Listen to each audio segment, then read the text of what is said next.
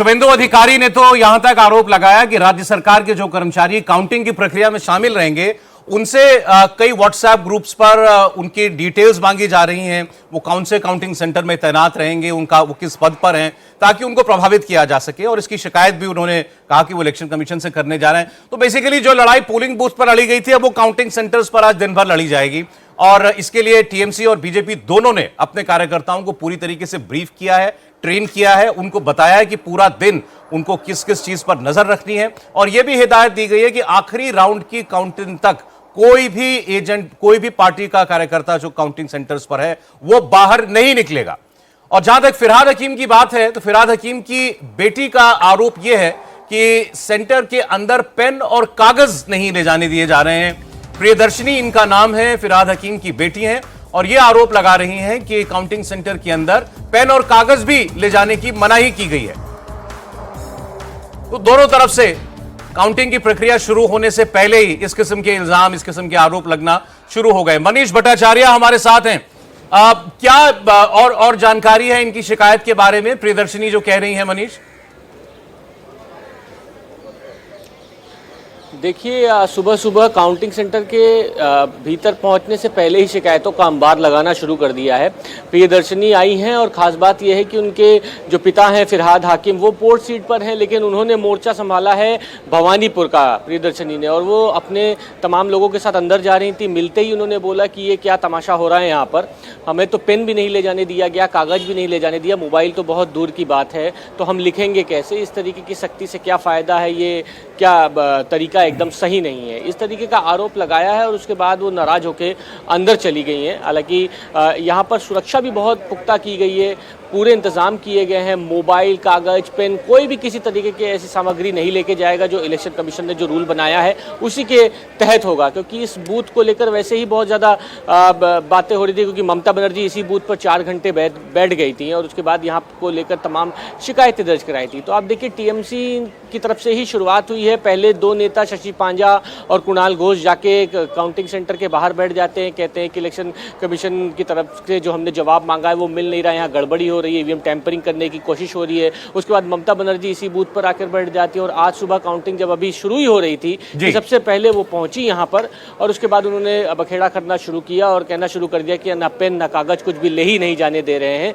तो कहीं ना कहीं तरीका सही नहीं। इस तरीके के आरोप फिलहाल अभी से ही लगने शुरू हो चुके हैं। देखिए, उम्मीद करनी चाहिए कि गिनती, वोटिंग मतों की गिनती शुरू होने के बाद आज पूरा दिन जो है बिना किसी ज्यादा हल्ले हंगामे के, टकराव के बीते और सुचारू रूप से काउंटिंग सभी जगहों पर चलती रहे। स्टूडियो में हमारे साथ इंडिया टीवी के पॉलिटिकल एडिटर देवेंद्र पराशर हैं और खास तौर पर दक्षिण के जिन 3 राज्यों में चुनाव के नतीजे आज आएंगे, केरल, पुडुचेरी और तमिलनाडु, उसका एनालिसिस करने के लिए, उनकी बारीकियां बताने के लिए टी राघवन हमारे साथ हैं। आप दोनों का बहुत स्वागत है। लेकिन एक बार फिर आपको इंडिया टीवी ने जो इंतजाम किए हैं आज का एक खास और बहुत बड़ा दिन आप तक पहुंचाने के लिए, वो एक बार फिर बता दें आपको। अपनी स्क्रीन पर एक बार फिर आप लोग कृपया नजर डालिएगा। बंगाल में चूंकि पूरे देश की रुचि है, बल्कि देश ही नहीं दुनिया भर में फैले भारतीय खास तौर पर यह जानना चाहते हैं पश्चिम बंगाल का चुनाव किसको सत्ता में लेकर के आएगा। एक बार फिर ममता बनर्जी को या बीजेपी इस बार वहां पर सत्ता परिवर्तन करेगी? तो वो पश्चिम बंगाल के आंकड़े आपको अपनी स्क्रीन के बॉटम पर यानी निचले हिस्से में दिखाई देंगे। हमने ज्यादा स्पेस भी उसको दी है ताकि आपको पहली नजर में वो समझ में भी आ जाए। ये नंबर बढ़ते रहेंगे और उसके बाद आपकी स्क्रीन के टॉप पोर्शन पर ऊपर के हिस्से में असम की डिटेल्स आएंगी, कौन सा गठबंधन आगे चल रहा है, किसको कितनी सीटों पर बढ़त हासिल है। बाईं तरफ तमिलनाडु, केरल, पुडुचेरी के आंकड़े आपको दिखाई देंगे। दाईं तरफ स्क्रीन के आपको पहले बंगाल के हर लोकसभा कॉन्स्टिट्यूएंसी में जो 7 विधानसभा सीटें हैं उनका एक अपडेट मिलता रहेगा। एक कॉन्स्टिट्यूएंसी में कितनी विधानसभा सीटों में बीजेपी या टीएमसी या और दल आगे चल रहे हैं, और हॉट सीट्स भी आपको वहीं पर दिखाई देंगी। और सबसे बड़ी बात, आप सब लोग जो रोजाना सैकड़ों की तादाद में हमें ईमेल्स करके, मैसेजेस करके पूछते हैं कि रजत जी कहां हैं, तो रजत जी आपके साथ होंगे इन 5 राज्यों के नतीजों के दिन। अब से बस चंद मिनटों के बाद वक्त 7 बजे का होगा जब रजत शर्मा इंडिया टीवी के स्टूडियो के अंदर मौजूद होंगे और आज वोटों की गिनती जब शुरू हो उससे 1 घंटा पहले से आप उनसे आज के इस दिन की क्या खास बातें हैं, किस राज्य का इलेक्शन कितना बड़ा है, वो इलेक्शन कैसे लड़ा गया, उनका अपना क्या आकलन है, उनसे जानेंगे ठीक सुबह 7 बजे से लगातार। तो आइए आपको बताते हैं कि आज ये इलेक्शन स्टूडियो में हमने किस तरीके की तैयारी की है। स्क्रीन पर आपको कहां कौन सा डेटा दिखाई देगा और ये बड़ी एलईडी स्क्रीन पर आप देखने जा रहे हैं नतीजे पूरे विस्तार में। ये आपके सामने बंगाल के तमाम रीजन की तस्वीर होगी। जलपाईगुड़ी से लेकर कूच बिहार, अलीपुरद्वार, दार्जिलिंग, रायगंज, बालूरघाट, इन क्षेत्रों में कौन सी पार्टी की स्थिति क्या है। टीएमसी आगे चल रही है, बीजेपी आगे चल रही है, कौन सी सीट पर कौन सी पार्टी विजयी होने जा रही है। तो चाहे वो बात बंगाल की हो, चाहे असम की हो, केरल की हो, तमिलनाडु की हो, तो यहां पर आपको बड़ी स्क्रीन पर वो तस्वीर दिखाई देगी। बात कर लें दार्जिलिंग की, अलीपुरद्वार की, कूच बिहार की, हम जानते हैं कि ये वो रीजन है जहां पर भारतीय जनता पार्टी बड़ी मजबूत है। तो जब यहां पर एक एक करके रुझान आने शुरू होंगे तो तेजी से रंग बदलने शुरू होंगे। अभी इस वक्त आपको यहां पर ये खाली इसलिए दिखाई दे रहा है क्योंकि अभी रुझान आने शुरू नहीं हुए हैं। ठीक 8:30 बजते ही जैसे पहला रुझान आएगा, यहां पर तेजी से रंग बदलने शुरू हो जाएंगे। तो केवल बंगाल की ही नहीं, बंगाल के अन्य रीजन मालदा दक्षिण, जहांगीरपुर, मुर्शिदाबाद, बहरामपुर और कृष्णानगर, आप जानते हैं कृष्णानगर अभी थोड़ी देर पहले महुआ मोइत्रा का जिक्र हो रहा था, यहीं से वो सांसद बनती हैं और इस बार कृष्णानगर में भी बड़ी कांटे की लड़ाई है। बहरामपुर एकमात्र वो इलाका, बहरामपुर की ही बात करें जहां पर कांग्रेस पार्टी को उम्मीदें दिखाई दे रही है। अधीर रंजन चौधरी जहां से चुनाव लड़ रहे हैं, इस बार कांग्रेस पार्टी की स्थिति क्या होगी। बात करें मुर्शिदाबाद की, तो मुर्शिदाबाद जो कि मुस्लिम बहुल इलाका है, तो मुस्लिम बहुल इलाके में क्या AIMIM की बात करें या हुमायूं कबीर की बाबरी मस्जिद की बात करें, क्या वहां पर कोई बड़ी सेंधमारी हो पाई है।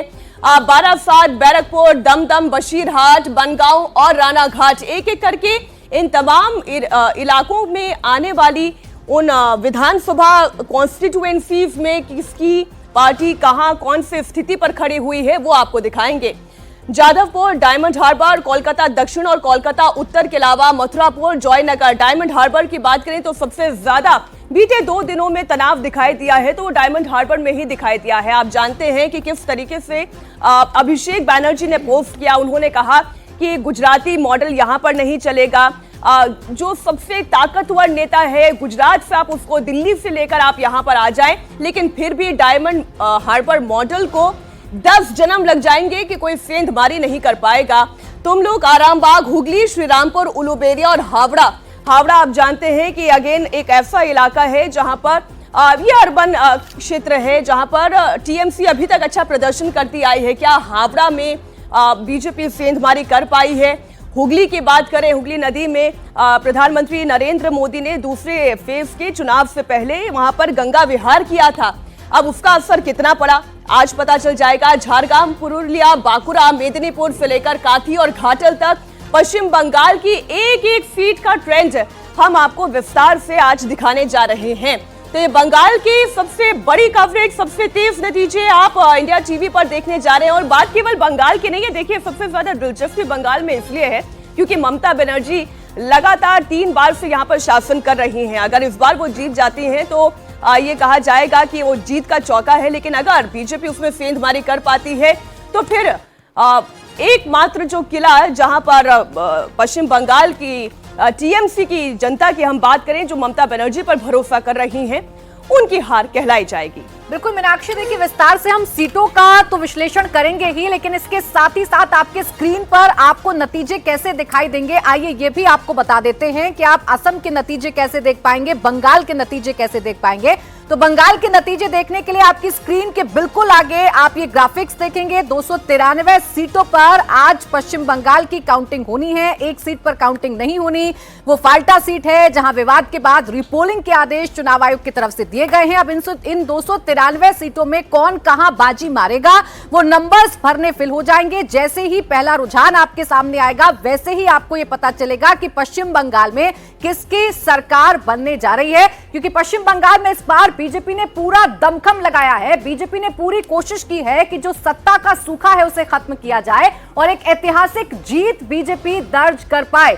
2016 से लगातार बीजेपी जिस तरीके से अपना ग्राफ पश्चिम बंगाल में बढ़ा रही है, इस बार बीजेपी को उम्मीद यही है कि सत्ता का सूखा खत्म होगा और कमल खिलेगा पश्चिम बंगाल में, बीजेपी सरकार बनाएगी। जबकि ममता बनर्जी भी उतनी ही कॉन्फिडेंट नजर आ रही हैं। ममता बनर्जी भी उतनी ही मजबूती के साथ, उतनी ही दृढ़ता के साथ लगातार मैदान में उतरकर अपने पक्ष में माहौल बनाती नजर आ रही थी और अभी भी उतनी ही कॉन्फिडेंट नजर आ रही हैं। ममता बनर्जी ये दावा कर रही हैं कि 200 से ज्यादा सीटों पर उनके कैंडिडेट जीतेंगे, यानी 200 से ज्यादा सीटें टीएमसी के खाते में जाएंगी। तो दावा भारतीय जनता पार्टी का भी है कि 180 से ज्यादा सीटें इस बार बीजेपी जीतने जा रही है। बस कुछ ही देर का और इंतजार आपको करना है। ये दावे किसके सच होते हैं, किसके दावों में कितनी सच्चाई है, ये थोड़ी ही देर में आपके सामने आ जाएगा जब पहला रुझान आपके सामने होगा। और आज दिन भर आप इंडिया टीवी पर सबसे सटीक विश्लेषण देखेंगे, सबसे तेज नतीजे देखेंगे। बंगाल में क्या होने जा रहा है, 293 सीटें आज किसकी किस्मत का फैसला करेंगी, ये आज आपके सामने आने जा रहा है। क्या शुभेंदु अधिकारी जो हिंदुत्व का मुद्दा लेकर चल रहे थे उन्हें सफलता मिलती है? क्या ममता बनर्जी जो अपनी जन कल्याणकारी योजनाओं की बात करती रही, केंद्र सरकार की कमियां गिनाती रही, क्या उनको सफलता मिलती है?